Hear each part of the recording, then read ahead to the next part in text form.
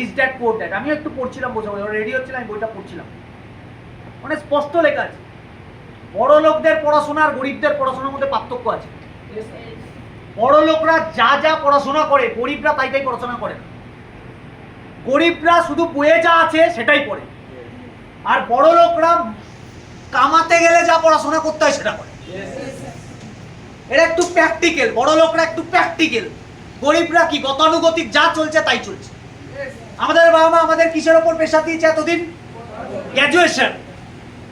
কিন্তু বাবা মার কিন্তু কোনো আইডিয়াই নেই ভারতবর্ষে কত কোটি মানুষ, কত কোটি স্টুডেন্ট গ্র্যাজুয়েট বেকার। আইডিয়া আছে? ভারতবর্ষে কত কত গ্র্যাজুয়েশন বেকার, মা বাবার কোনো আইডিয়াই নেই। কতজন ফেল করছে আইডিয়া নেই, কতজন সুসাইড করছে আইডিয়া নেই। মা বাবা জানে আমার ছেলেকে পড়াশোনা করাতে হবে, মেয়েকে পড়াশোনা করাতে হবে, পড়াশোনা করানো ছাড়া এই ভারতবর্ষে বাঁচা যাবে না। পড়াশোনা আলটিমেটলি সলিউশন ইনকাম করার জন্য, কিন্তু রং কনসেপ্ট। যদি কনসেপ্টটা ঠিক হতো তাহলে বড় বড় বিজনেসম্যানরা নিজের ছেলে মেয়েকে পড়াশোনায় ডুবিয়ে রাখতো। কি বলে দা, তাহলে কি পড়াশোনা ইম্পর্টেন্ট না? 100% পড়াশোনা ইম্পর্টেন্ট, যতখানি লাগে, এক্সট্রা না।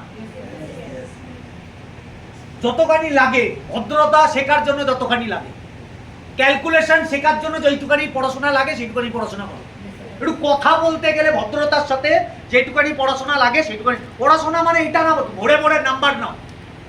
পড়াশোনা মানে এটা পেটে বিদ্যা, মানে তোমার না পেটে শিক্ষা নেই, পেটে বিদ্যা নেই। পেটে বিদ্যা মানে কি? তুমি একটা মানুষের সাথে তোমার ব্যবহার ভালো না, তার মানে তোমার পেটে বিদ্যা নেই। তোমার কথাবার্তার মধ্যে কোনো সামঞ্জস্যতা নেই, মানে তোমার কথাবার্তার মধ্যে কোনো নম্রতা নেই, মিষ্টি ভাব নেই, তার মানে পেটে বিদ্যা নেই তোমার। তুমি কথা বলতে বলতে গালাগালি দাও, তোমার কথা বলার ধরন জানো না তুমি, আমি বেকার, তুমি শিক্ষিত না। আমি ক্লিয়ার করতে পারছি? ইয়েস।